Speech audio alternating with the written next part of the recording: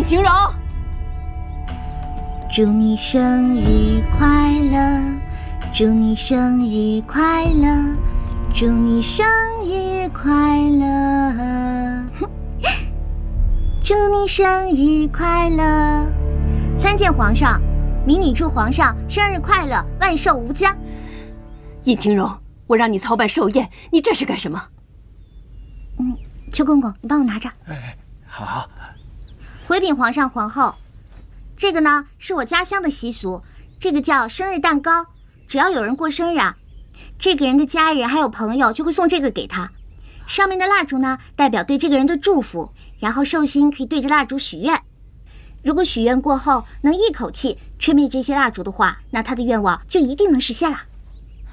这算什么风俗啊？从来没听说过。我倒觉得十分有趣。父皇，你不妨试一试。皇上，不如就先依了他。你总说年年寿辰都一样，今年也总算有些新花样。是啊，父皇。那就姑且试试。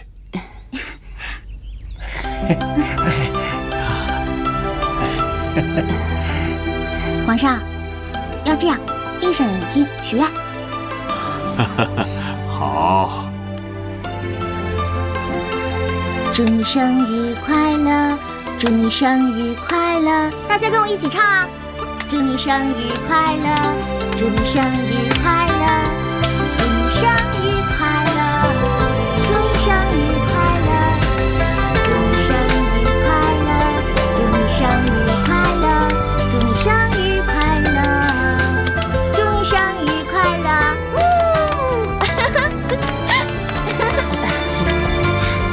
皇上，你可以吹蜡烛了。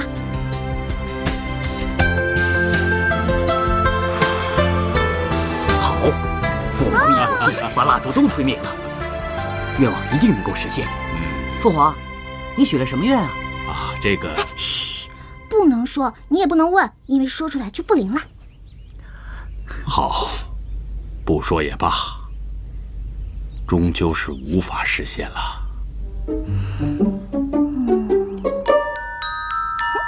尹晴柔，皇后命你操办寿宴，你如果办不到，就应该趁早说出来。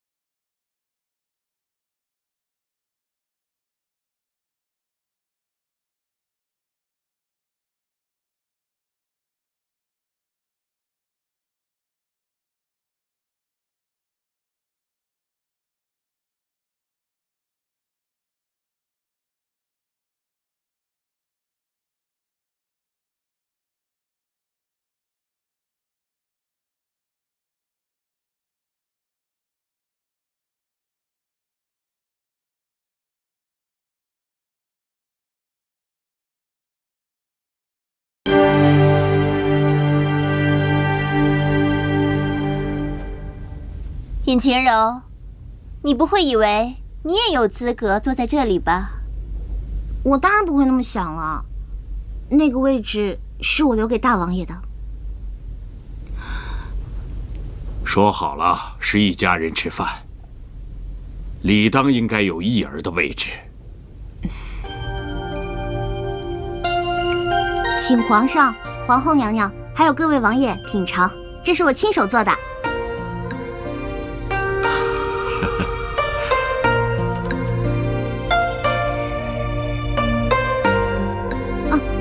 皇上直接吃就可以了。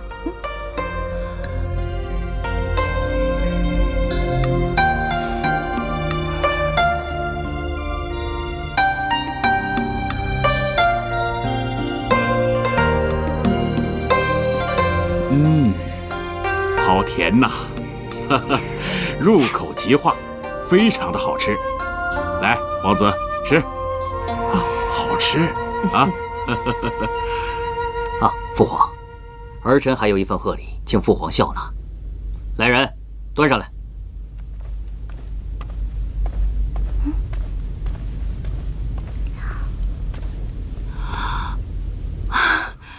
好一块独山玉啊！皇上，你看，此玉产于中原，雕刻精细，臣儿真有心啊！谢母后夸奖。小球子，奴才在。拿去御花园凉亭煮吧。走，跟我走吧。皇上，这玉放在凉亭中，风吹日晒的，我怕可惜了这块石头。它就产自山中，狂风暴雨都不怕，怎么到了皇宫反倒娇气了？是不是啊？你们也是一样，身为皇族，切不可肆意妄为，当为人民楷模。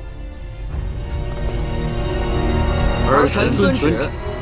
好，坐下吧。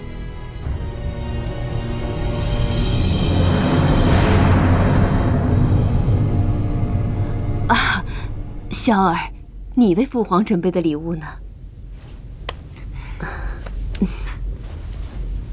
儿臣为父皇吹奏一曲。加油！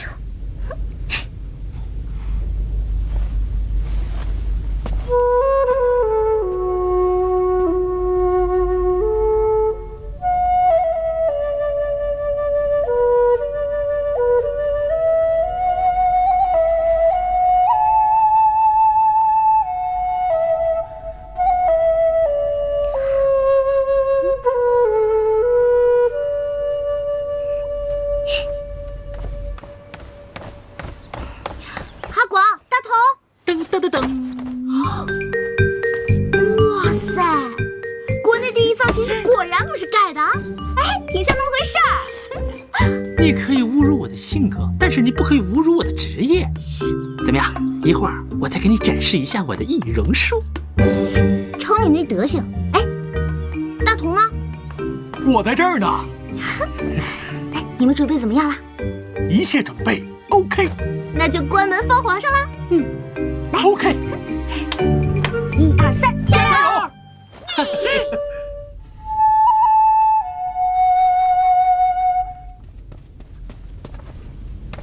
好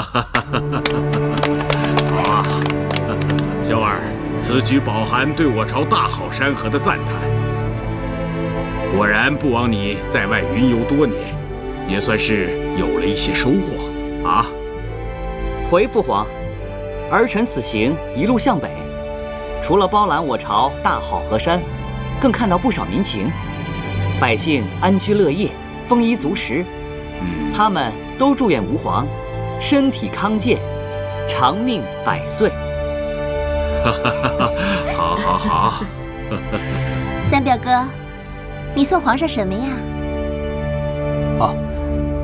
儿臣献给父皇的贺礼就是它。我？琪儿，你敢给你父皇纳妃？你眼里还有没有母后？母后多虑了，儿臣的意思是，我未来的王妃给父皇操办了一场这么有意思的寿宴，这难道还不能算是我送的寿礼吗？当然不能。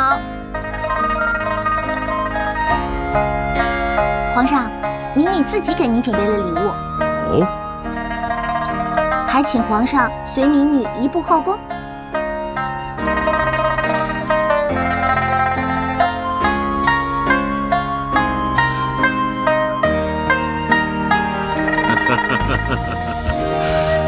好。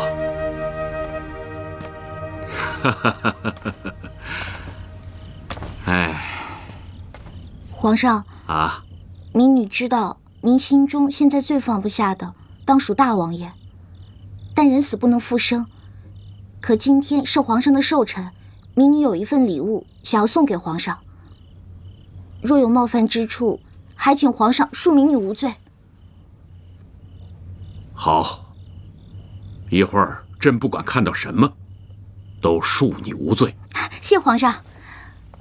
皇上，民女在老家认识一位高人，这位高人呢，略懂通灵之术。民女求了他很久，这位高人才答应今晚祝大王爷回来见皇上一面。什么？叶儿？叶儿他回来？在哪儿？叶儿，皇上请。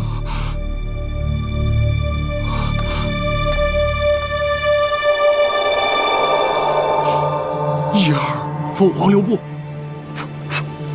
人鬼殊途，我们这样说说话就好。真的是你吗，叶儿？父皇好想你啊！儿臣也想念父皇，还有母后。每次看到你们因为我伤心难过，儿臣就心如刀绞。父皇，你和母后这样，让儿臣去，也去得不安心啊。叶儿啊，父皇后悔让你亲自带兵出征。不，能为父皇分忧，能为我朝江山社稷而战，儿臣虽死犹荣。只希望父皇和母后能够保重身体。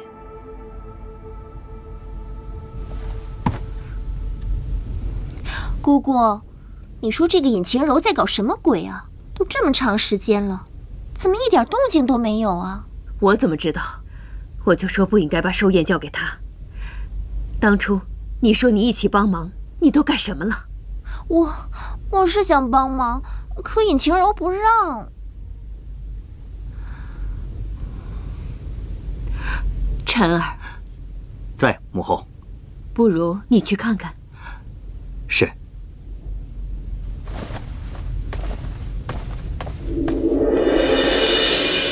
叶儿啊，你可要常常回来看看父皇。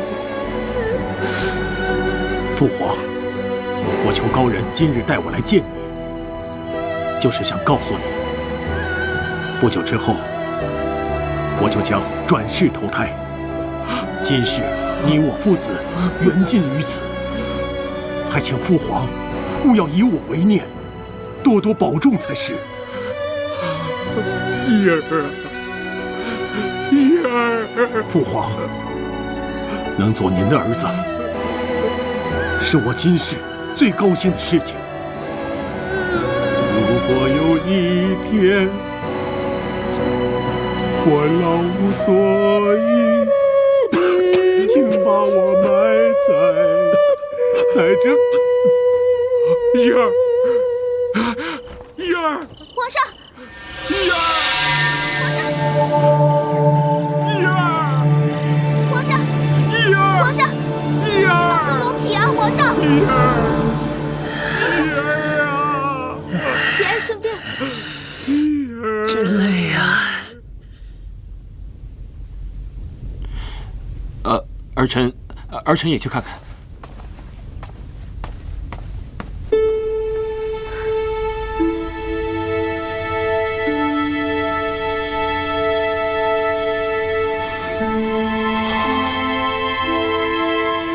皇上，大王爷已经投胎转世，还请您多多保重龙体。朕常常责怪自己，让他贸然亲自出征，又担心他怨恨朕。现在知道他的心意，也罢。希望他能够投胎找一个好的人家。皇上，大王爷刚正不阿，又为国捐躯，上天一定会眷顾他的。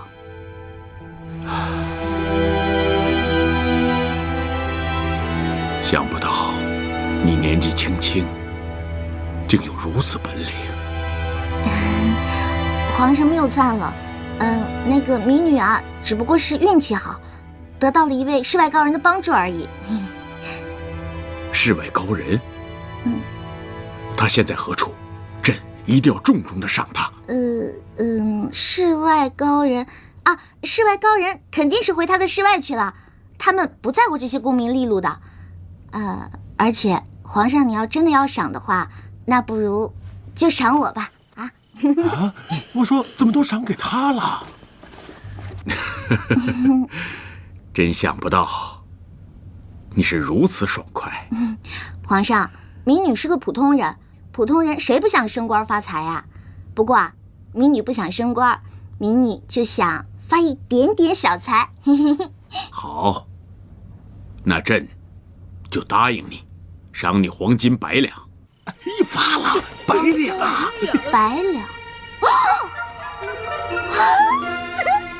怎么嫌少？不行不行不行，谢皇上，黄金100两，我要发。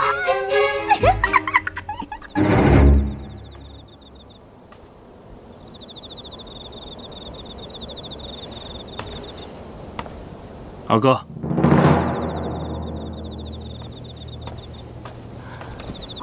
三弟啊，你可见到父皇了？父皇和尹姑娘好像还在书房，我不好打扰。哎，尹姑娘是你未过门的妻子，要不你进去看看？既然他们还没有出来，我们在这里等候便是了。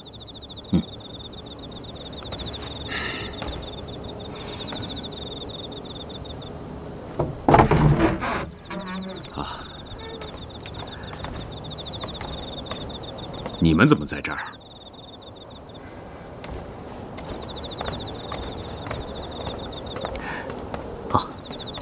母后看父皇离席多时，特意让臣儿过来看看。皇上，皇后娘娘他们也等待多时了，不如我们就赶紧回去吧。好吧。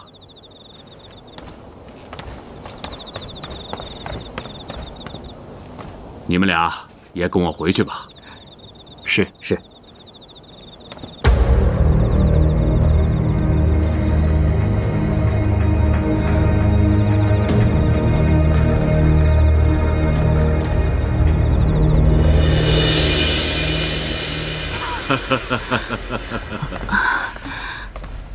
皇上，怎么去了这么久啊？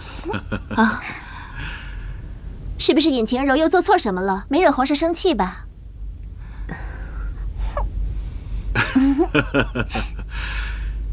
晴柔这份礼物啊，非同小可，甚得朕心。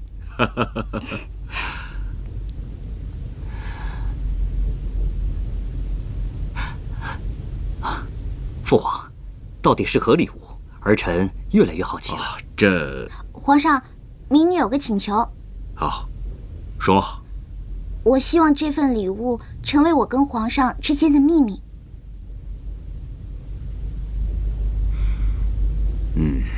好，朕准奏。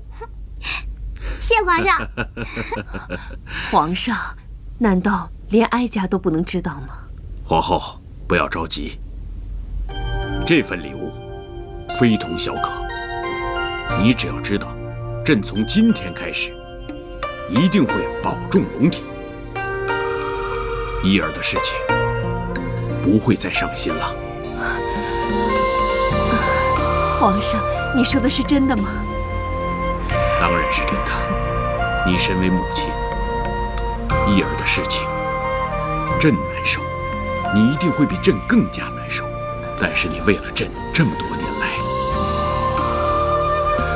一直忍着，真是辛苦你了。只要皇上明白臣妾的良苦用心就好。朕都懂。好了，今天是朕的生日，不愉快的事情咱就不说了，咱们全家一起吃蛋糕，喝。Lucky kiss。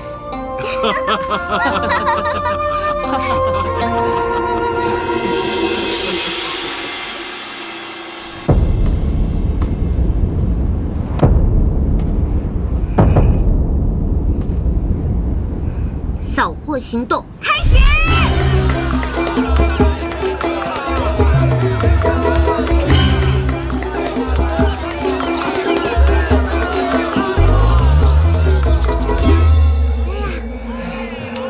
太过瘾了！以前啊，我就想着去星光天地扫个货什么的，就学电影里那样。这个都不要，其他全给我包起来。没想到在古代实现了。就是这个粉呐，质地太粗糙了，一点都不贴妆。就是，你看看，哎，你看看这个，手艺也太糙了。哎呀，你们两个要是嫌弃啊，就自己做去。你以为我不行啊？如果我真开个胭脂店，就得比他们都强。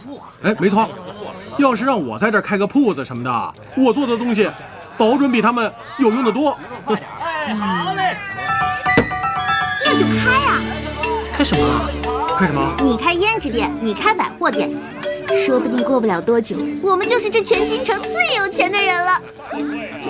哎，等会儿，我们俩开店，那你干嘛呀？你就白吃白喝啊？我嘛，负责哄老皇上开心，给咱们赚本钱啊。哎，其实啊，就算他什么都不干也行，因为这100两黄金本来就是皇上赏他的。哎呀，别这么说，我们呐现在是一根绳上的蚂蚱，有福同享，有难同当。反正也暂时回不去了，都是要过日子的，那还不如过得好点，你们说是吧？啊？也对啊，也好。哎，那这样，来，祝我们生意兴隆。老板，哟，打包的菜做好了吗？哎，做好了。大嫂，今天怎么没见那个小姑娘跟你一起来啊？她在店里呢。啊，我给小姑娘准备了一份礼物，你帮我带给她吧。不用，太客气了。谢谢。没事儿。其实大嫂，我有件事儿想麻烦你。哦，你说。在这附近有没有好一点的店铺要转售或者出租的？我想盘个店。这没问题，包在我身上。你跟我家小丫头又那么投缘，以后到家里来做客。那就谢谢大嫂啦。不用，谢谢啊。哇，能赚好多钱！哟，双儿姑娘，你的贵人还没有来接你啊？他会回来的。你信吗？你还真以为自己是什么天姿国色呢吧？不过和我们一样是卖笑的，男人玩玩也就罢了。他要是真想回来接你，到现在怎么会连个人影都没有啊？你遇不到好男人，那是你没本事。我孔双双可不一样，见过我的男人就没有一个放得下的。走着瞧吧，等我哪天飞上枝头当凤凰了，你会后悔用今天这种态度跟我说话的。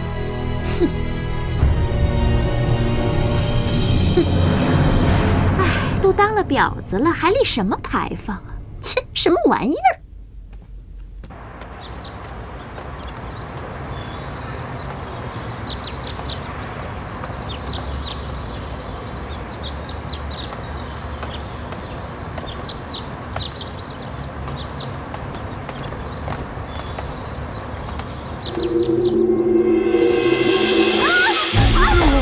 怎么了？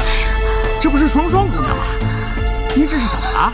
大人，双儿的脚。哎呦，你这脚！哎，来，快！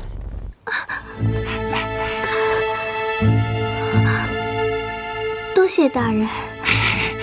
双双姑娘，您这是伤到哪儿了？让本县帮你瞧瞧。哎，大人，双儿有点口渴。我给你泡茶去啊，等着啊。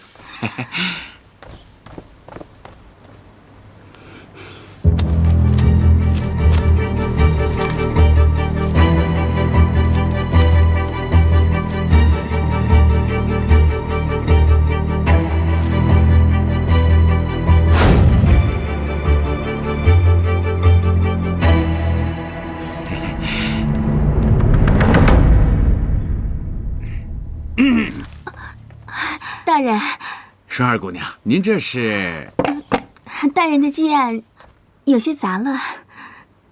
哎，这些事儿吩咐下人做就行了，怎么敢劳驾双双小姐您呢？双儿愿意。大人，这是……哦，这个是当朝二王爷的金龙佩。先前啊，凌晨王微服出巡，来到长乐县，把金龙佩遗失了，现在还责令我在查找呢。凌晨王，虽说他现在是凌晨王，但是将来啊，可能是太子，再用不了多久，可能就是当今的……双儿小姐，不说了。凌晨王对我可是十分的看重，很有可能会让我进宫入职。双儿小姐，到时候要不要跟我一块儿到京城转转呢？啊？双儿想。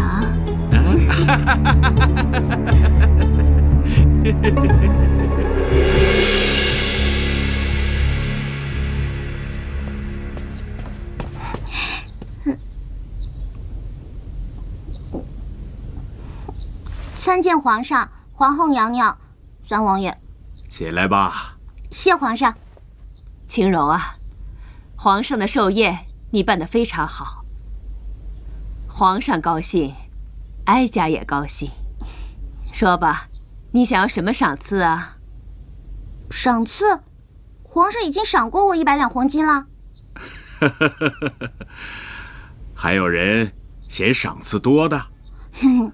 那做人也不能太贪心了。好，朕就喜欢你的坦诚。哦，皇上，我想到我要什么赏赐了。好，说吧。我想啊，儿臣想代尹晴柔求一个赏赐。我还没说完呢。儿臣恳请父皇母后赐婚，废除3月之约，让我与尹晴柔尽快成婚。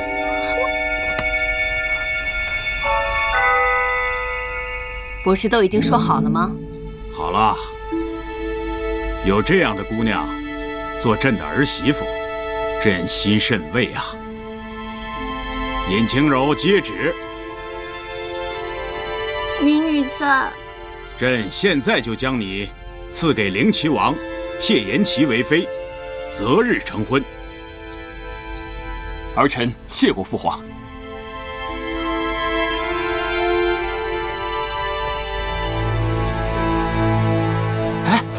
我说你根本没必要走嘛！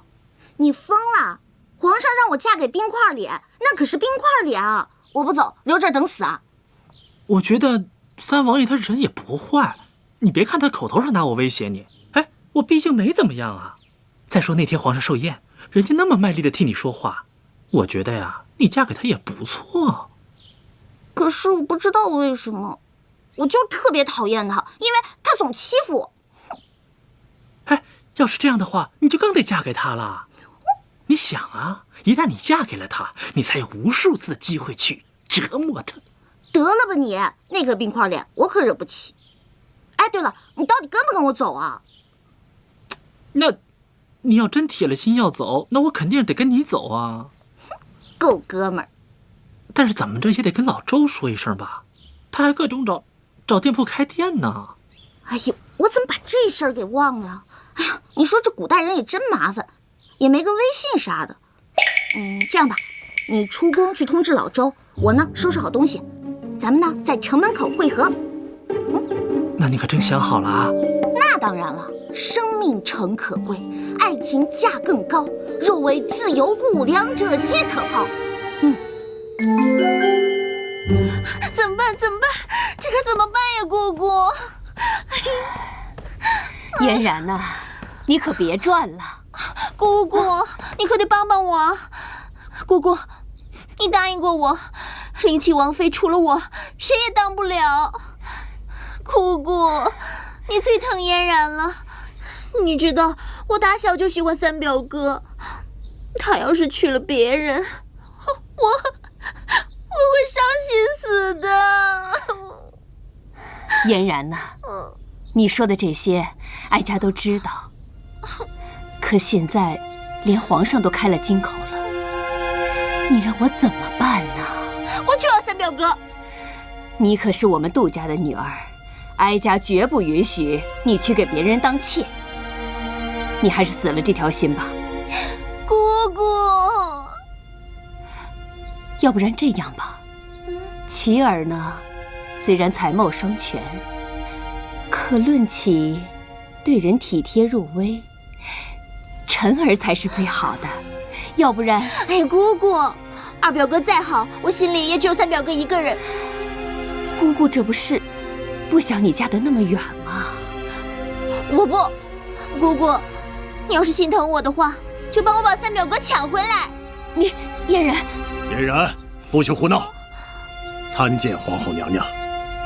哥哥来了，你来的正好。你帮我劝劝嫣然。啊，这事我知道了。嫣然的婚事，皇后娘娘就不要再操心了。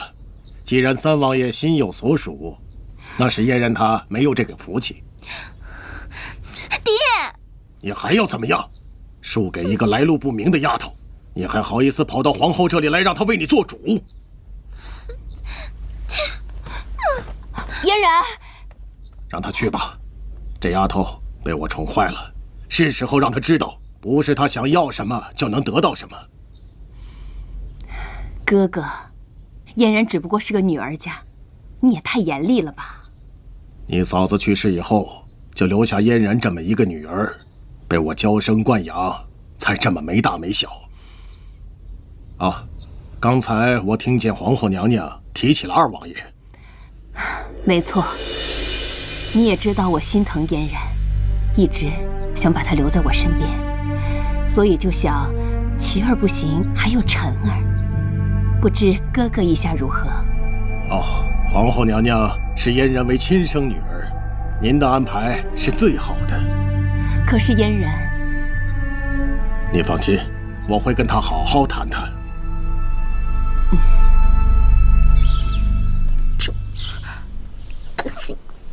我就要三表哥，就是三表哥。哎，我，你凭什么不让我出去？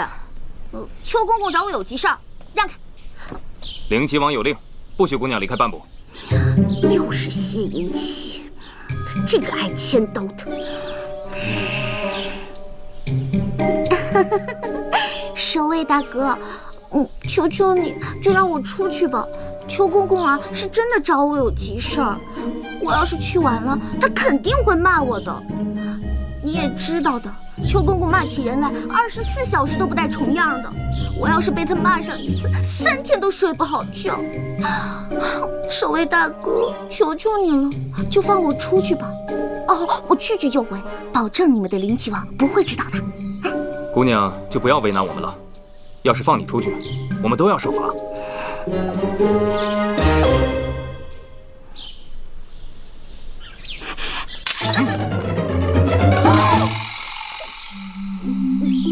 我一个弱女子，没必要对我动刀动枪的吧？姑娘，请回吧。尹晴柔，皇后娘娘等你半天了，你还磨蹭什么呢？再不去，娘娘要发火了。皇后娘娘找我？废话。邱公公不是一早就派人去告诉你了吗？你怎么还在这儿？皇后娘娘在御花园已经等不及了，让我来看看你。你等着，一会儿我一定禀告皇后娘娘，让她好好责罚你。哎呀，杜大小姐，不是我不去，是这位守卫大哥不让我出去啊。谁让你来的？属下是奉灵齐王的命令，不许尹晴柔离开。灵齐王大还是皇后大？那还用说，当然是皇后娘娘大了。守卫大哥，你还是让我出去吧。要是皇后娘娘怪罪下来，我受罚掉了脑袋，你也跑不了。可是，放你出去，我们也一样要受罚。哎呀，我不是说了吗？我去就回，你们灵齐王不会知道的，你也不会受罚的。你信不信？我现在就去禀报皇后。守卫大哥，求求你了。是，还不快让开！是，还不快走！是。哼！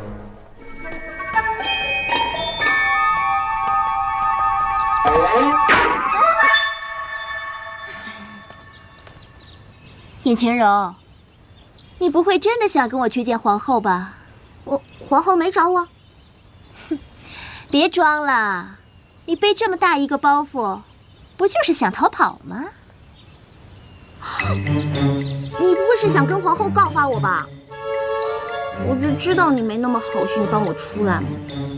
算了，我还是回去待着吧。回去待着，大不了就是嫁给谢恩琪。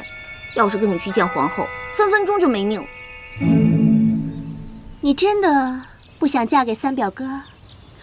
天地良心，我宁愿嫁给阿广。尹晴柔啊，尹晴柔，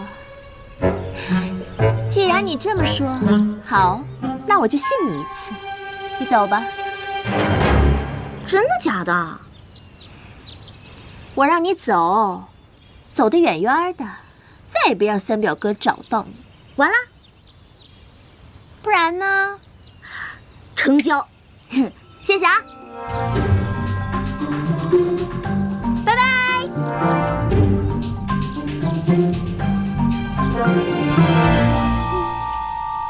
表哥，新娘子跑了，我看你这回怎么娶。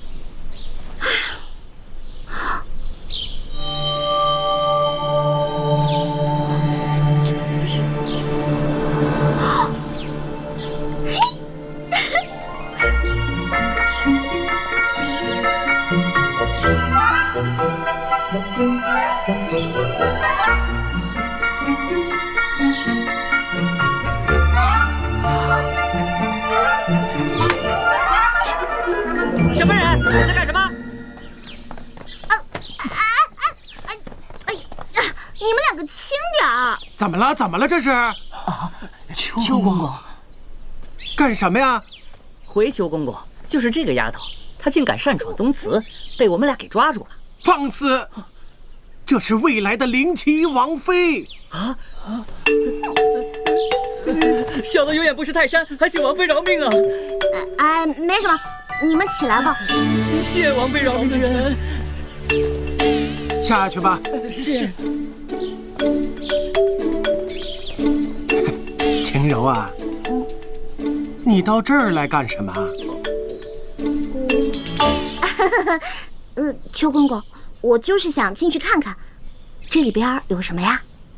这儿啊，这是皇家的宗祠，里面供奉的都是历代帝王祖先的亡灵。还有镇国之宝天机盘。天机盘啊，是什么呀？天机盘就是开国玉玺的宝座呀。每逢帝王更选呐，新帝和新后就要到这里来去祭拜，然后啊，从天机盘上取下开国玉玺，在登基的宝册上盖上玺印，这就意味着历代祖先对新帝新后的认可。一定是他们。邱公公，我能进去看看吗？就一眼行不行？万万不可，只有皇族才能进去啊！外人进去了，那就是死罪。甭说我了，嫣然姑娘，皇后多喜欢她呀，那都没进去过。我说晴柔啊，你若是真想进去，哎，等到灵齐王大婚之日，让他带你进去，不就成了？干嘛急着现在呀？只要嫁给仙齐就行了。那是自然了，你嫁给了灵齐王，那你就是皇族。灵齐王大婚，那必然要带你进去祭拜呀，哎，名正言顺。哎，晴柔啊，你进去干什么呀？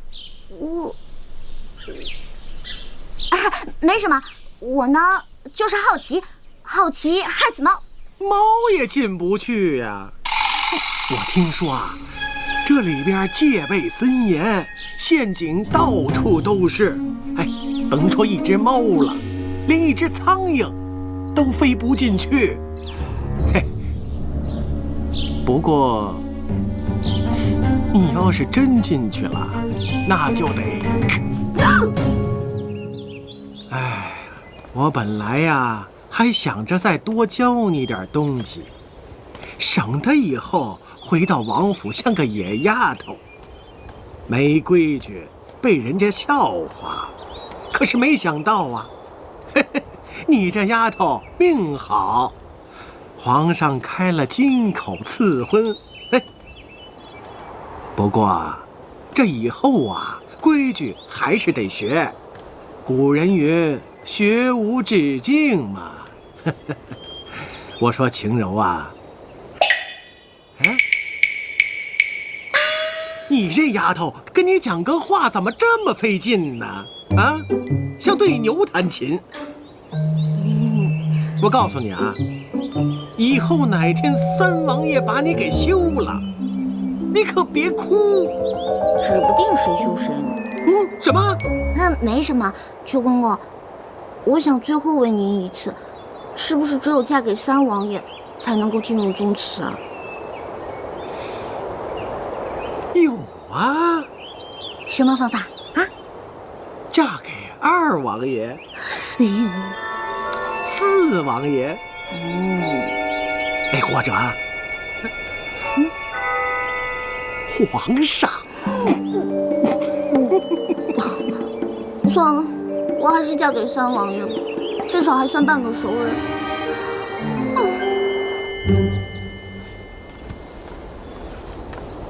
王爷，御史张大人、礼部窦大人还有兵部程大人都来了，说是要恭贺您新喜。你告诉他们说心意本王领了。但是今日不得空，让他们大婚之日早点来，多喝2杯。好，那您看这礼物啊，微臣明白，微臣会原封不动送还。下去吧。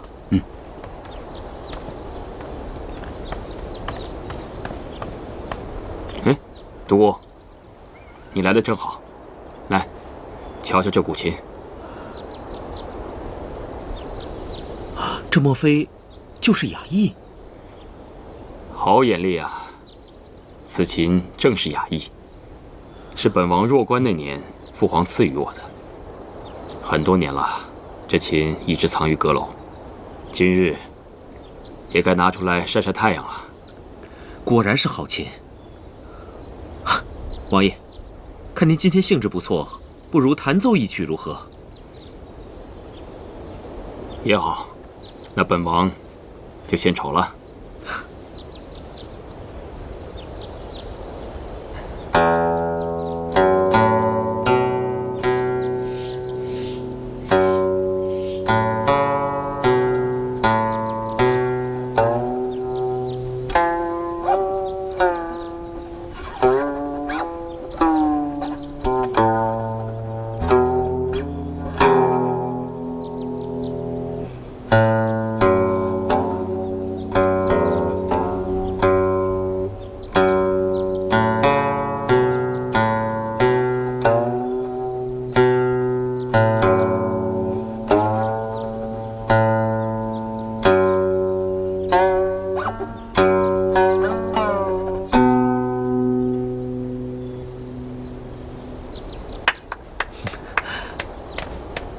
参见王爷，独孤先生。尹浩，你何时到的？有一会儿了，被王爷的琴声所吸引，所以在下就没敢打扰。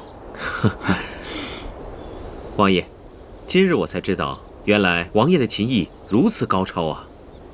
哪里呀，这雅意呀，若是让那个人来弹奏，独孤，你必定惊为天人。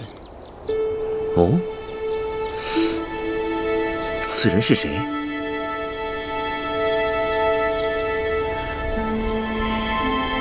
王爷，您一早就让李章找我来，有什么事吗？哦，尹浩，我有一事与你商量。我记得你可是家中独子？是，没错。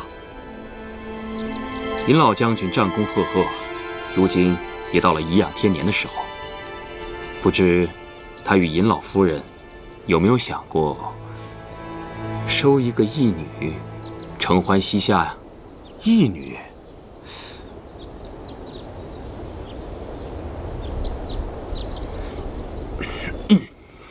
就是尹晴柔。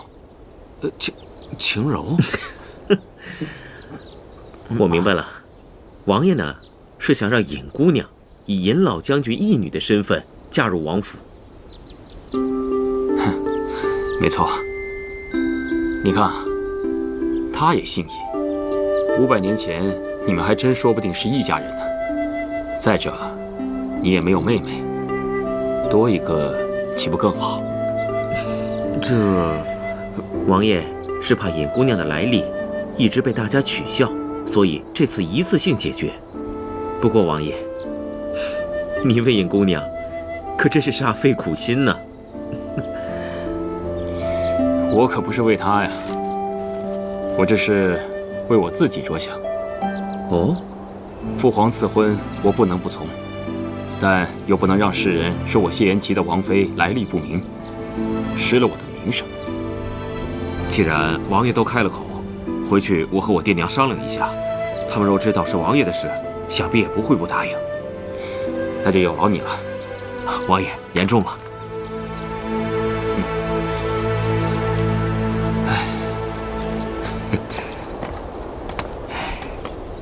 咱们家这王爷总算是开了窍了。哦，此话怎讲？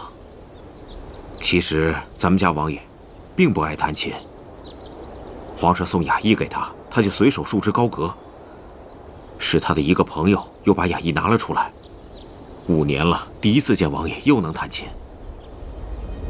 这么说，这位朋友在王爷的心目中位置很重啊。是很重。这位朋友走的时候，王爷整个人就像被掏空了一样。还要谢谢天上掉下的尹晴柔啊。你觉得王爷真的会娶尹晴柔吗？别人怎么想我不管，但是这个灵气王妃，我尹浩认了。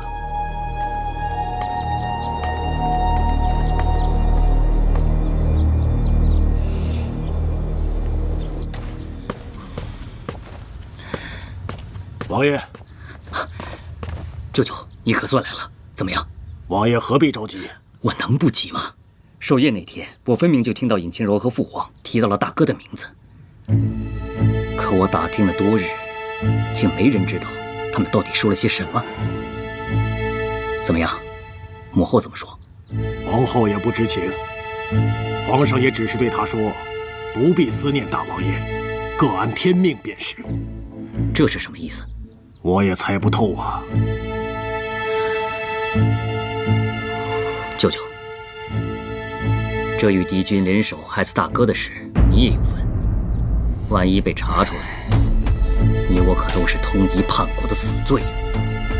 这个我当然知道，可看皇上和皇后的样子，也不像发现了什么。你确实听清楚了，皇上和尹晴柔提起了大王爷。我只听到了大哥的名字。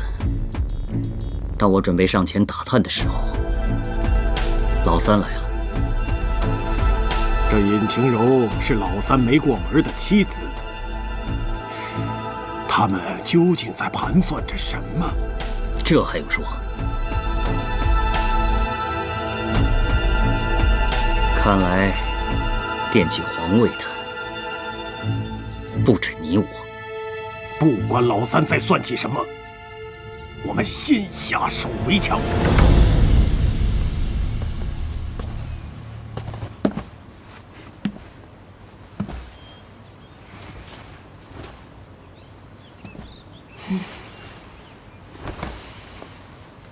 刚刚啊，还有哭有闹的，怎么，这会儿就高兴成这个样子？嫣然，你不是被气糊涂了吧？没有，姑姑，我想通了。自古姻缘天注定，这有缘分的自然可以在一起，没缘分的也不能强求。你能这么想，那就太好了。娘娘，哎呀，启禀皇后娘娘，刚才尹老将军向皇上请旨，说要收尹晴柔为义女，皇上已经准了，改日啊就要送尹晴柔去待嫁了。尹老将军啊，他怎么突然想收干女儿了呢？这个，听说是三王爷的主意。这个老三倒是怪上心的。嫣然，嫣然，尹晴柔呢？乔姑娘问的，她自然在她自己的房间喽。你确定？哎，我刚从她那儿过来呀。尹晴柔，你竟敢骗我！嫣然，快去看一下。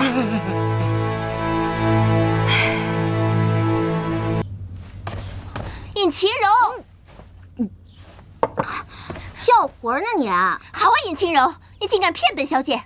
哎呀，别骗的，让外人听见，我怎么招你了呢？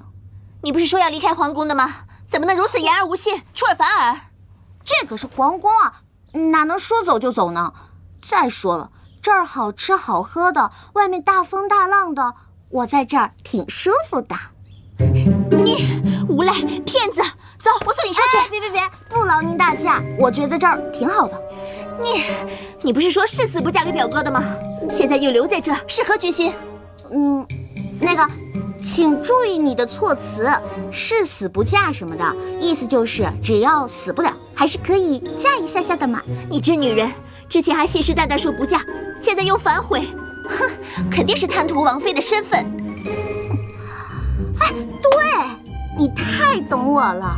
你说谢仁琪仪表堂堂，又是皇亲国戚，我若当上了王妃，那岂不是呼风唤雨？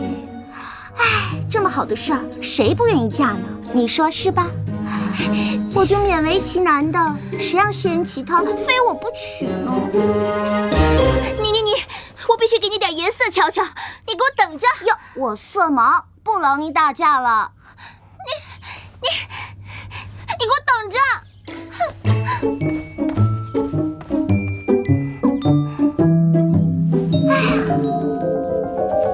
尹晴柔，我与你势不两立。住手！成何体统？你还不放下？身为我杜印的女儿，竟如此有失身份。爹，表哥他要娶的那个荒野村妇，言语重伤孩儿，孩儿被人欺负了，爹要替我做主啊！此事我略知一二，皇上既已赐婚，木已成舟，你就另作他想吧。不嘛，我就是非三表哥不嫁。再说我也咽不下这口气。住口！我早就跟你说过，让你跟二皇子亲近亲近。自古立长不立幼，大太子归天以后，太子之位就是二皇子的囊中之物，你嫁给他以后就是太子妃，再假以时日就是母仪天下的皇后，连这点道理你都参不透吗？我不想当皇后，二表哥那个样子实在让人喜欢不起来，我就要嫁给三表哥。你不要老看你二表哥举止轻浮，可他内心有雄韬伟略，颇具大志，嫁给他才是你最好的出路。不嘛，我非谢仁琪不嫁。大胆！你敢违抗父命，我罚你禁足，不许出府半步。来人，在，给我看着小姐。是。嫣然不敢了，父亲，父亲！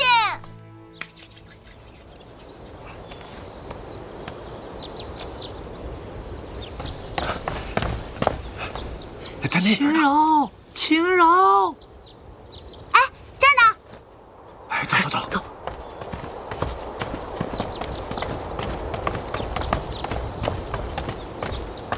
秦柔，出什么事儿了？这么着急让我们俩入宫，这要让人抓住了，那可是死罪呀！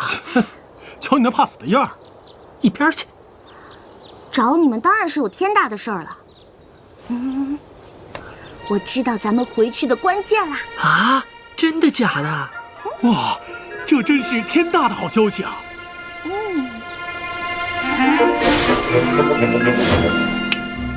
我想，我们回去的关键，也许就是那个放在皇室宗祠里的天机盘。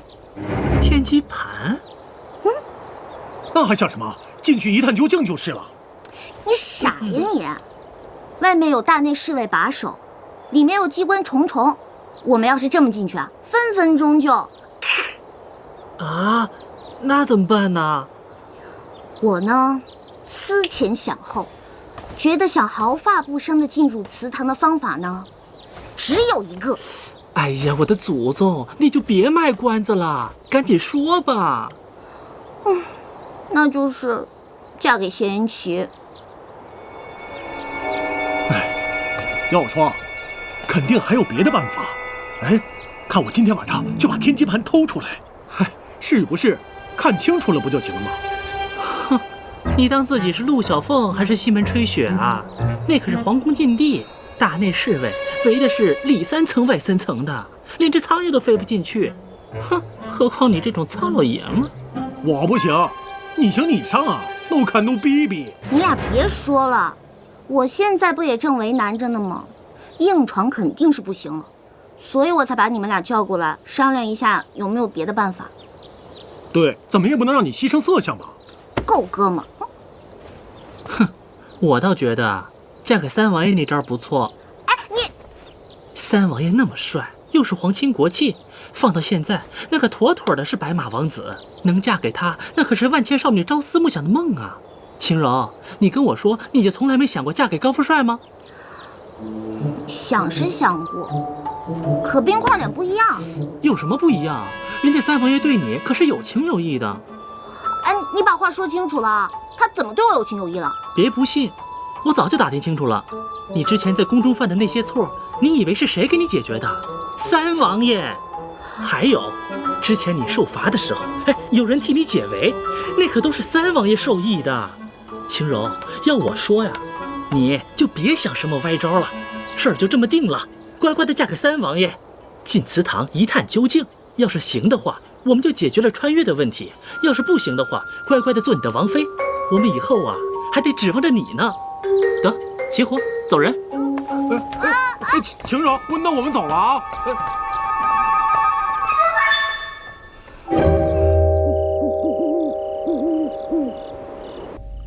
叶子啊叶子，你说谢言齐他究竟是怎么想的？他是喜欢我呢，还是讨厌我？喜欢我，不喜欢我，喜欢我，不啊！尹晴柔，你醒醒！这么狗血的桥段你也用啊？好烦啊！这古代人到底是怎么想的嘛？晴柔啊，你这说什么呢？这是周公公哟，到底是要当王妃的人了，连讲话都不正眼瞧老奴了。邱公公就别拿我寻开心了，我正烦着呢。我跟你说呀，晴柔，这要当了王妃呀，言谈举止可一定要小心，千万别乱了规矩。明天就是你出宫的日子了，你这一走，一时半晌的，那是见不着了。公公，我舍不得你。我呀，就是瞧不得你这可怜巴巴的小眼神儿。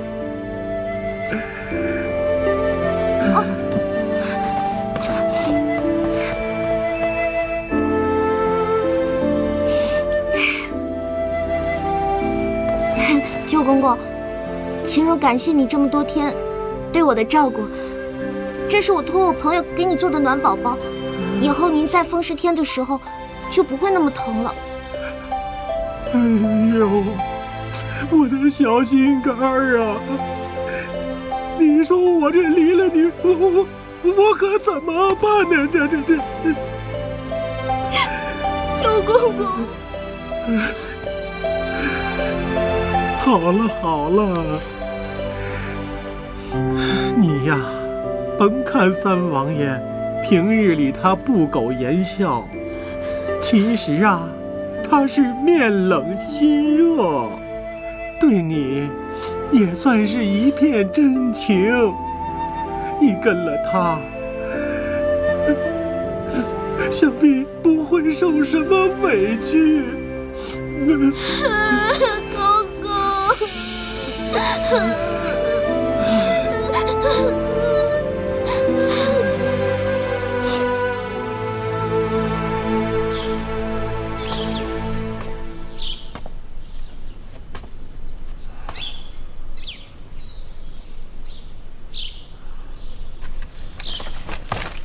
尹姑娘，轿子已在外等候，咱们走吧。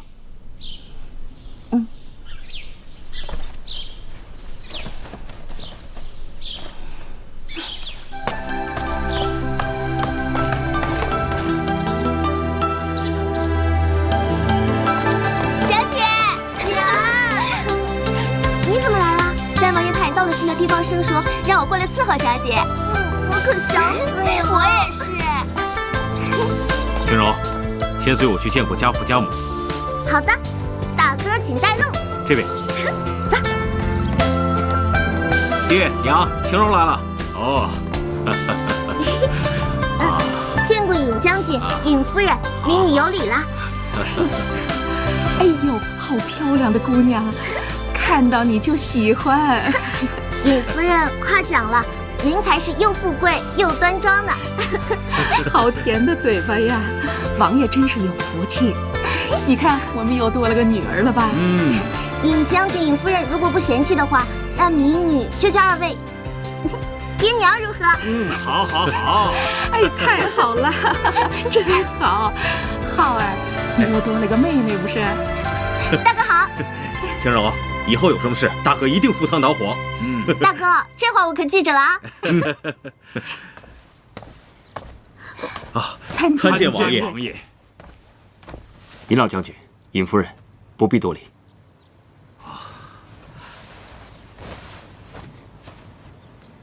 哟，我看晴柔一定是饿了，我下去准备点饭菜。啊，走啊！好。别走啊！别留下我一个人嘛！走吧。干嘛？你不想看看这尹府是什么样吗？虽说住不了多少时日，不过你还是要转上一转吧。我肯定是要看的，说不定我以后都住这儿了呢。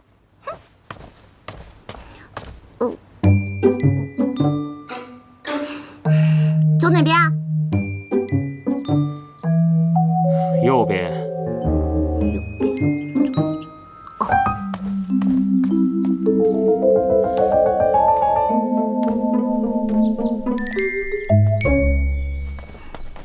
贤姐。你为什么要娶我？你要是觉得我砸到你，你要惩罚我，那你大可以骂我、打我，那你为什么非要娶我呢？那本王倒是要问一句，你为何不愿嫁我呢？哎呀，在我们老家那边，就是谈恋爱是很容易的，但是结婚是要有前提的。首先呢，你得是私有新人，有房、有车、有款、有型什么的。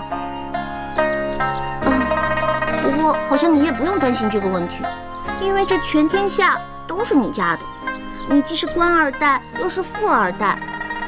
哎呀，不过真可惜，谁会喜欢你这个冰块脸啊？简直面瘫到极致了。你怎么知道没有女子喜欢本王啊？对，有个叫杜嫣然的，就特别喜欢你。怎么样，你把她娶回去啊？哎呦，好了，其实呢，找老公不一定要找有钱的，一定要找一个一心一意对你的，尊重你、理解你的，偶尔呢再有一点点小浪漫就足够了。算了，不说了，反正你也听不懂。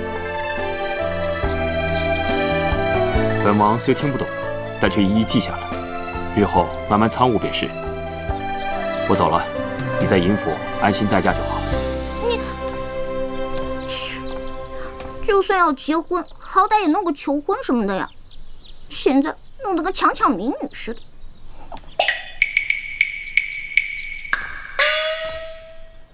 你说什么？何为求婚呢？哎呀，我什么都没说，我走了。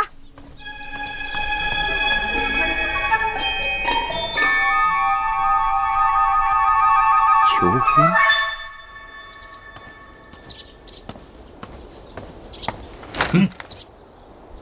给我让开，滚开！小姐，相国大人吩咐，没有他的命令，不许你踏出府门半步。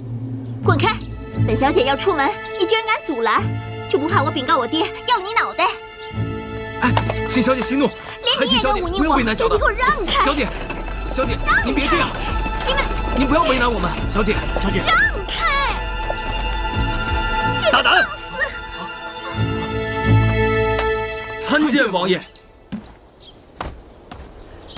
你们吃了豹子胆了，敢在本王面前造次！王爷息怒，小的只是奉命行事。表妹，你所谓何事和这些下人纠缠在一起啊？成何体统？表哥，你今天来所谓何事啊？我今天是来找相国大人商谈国事的。哦，不巧，父亲今早去了西郊无极观参拜，至今未归。那本王不叨扰了。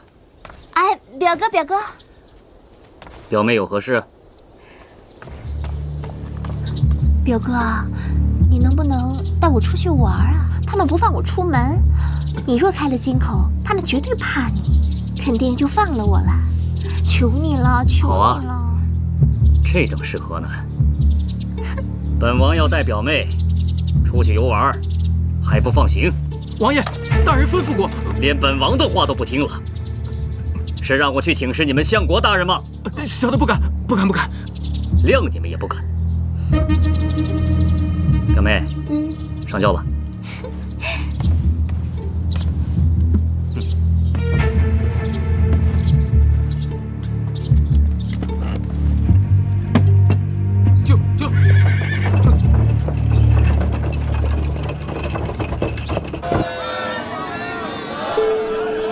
这京城的集市，比起北京的国贸、金融街，可真是差太远了。不过麻雀虽小，五脏俱全。古代的城市，所谓繁华，大概也就是如此吧。就像我孔双双这般人，在现代碾压北京城，到了古代，也必须古镇一方。也许，这就是我的第一步吧。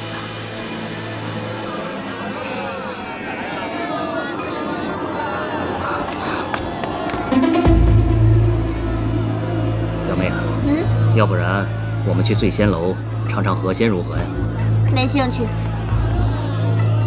那我们去看西舞姬，更没兴趣。你什么都没兴趣？哎，我说我们也走累了，要不在这儿歇歇脚，吃点东西？也好。表哥，你先进去。记得帮我点一份醉鸭。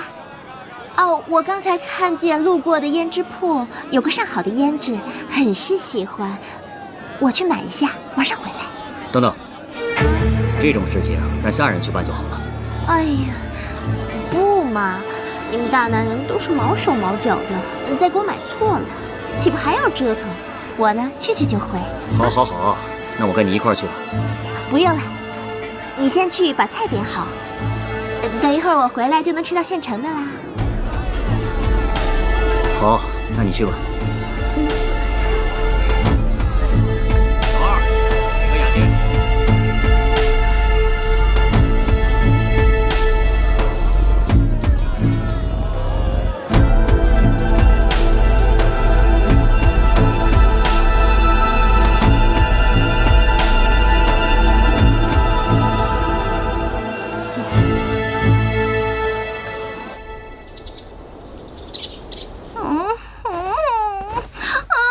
小姐，你就别晃了，你晃得我眼睛都花了。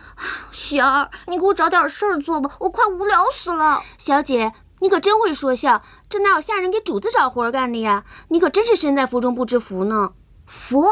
我哪来的福？明明是发福才对。你看我都胖成什么样子了？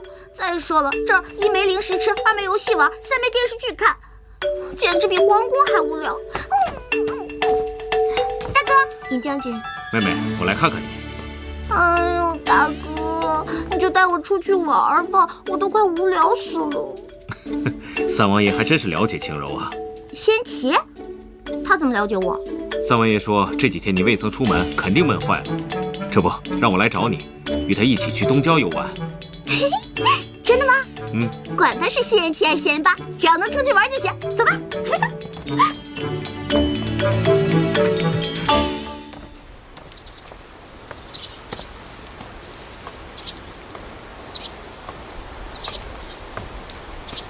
哎，杜姑娘，您这是？我表哥呢？王爷。快说。王爷去游湖了。游湖？他倒是好兴致。那你赶快送我去找他。这恐怕不方便吧？这有什么不方便的？哎呀，尹姑娘也会一同前去。什么？她去了？那我就更得去了。杜姑娘，你就别难为小的了。李章，我好歹也是皇亲国戚，你既然要是不送我去，我见到表哥就说你把我扔在大街上，不管我死活。我要是有个三长两短的，我看他们不拿你试问才怪。这，反正我今儿是非去不可，你自己看着办吧。好吧，那就请杜姑娘稍等片刻，李章这就去准备。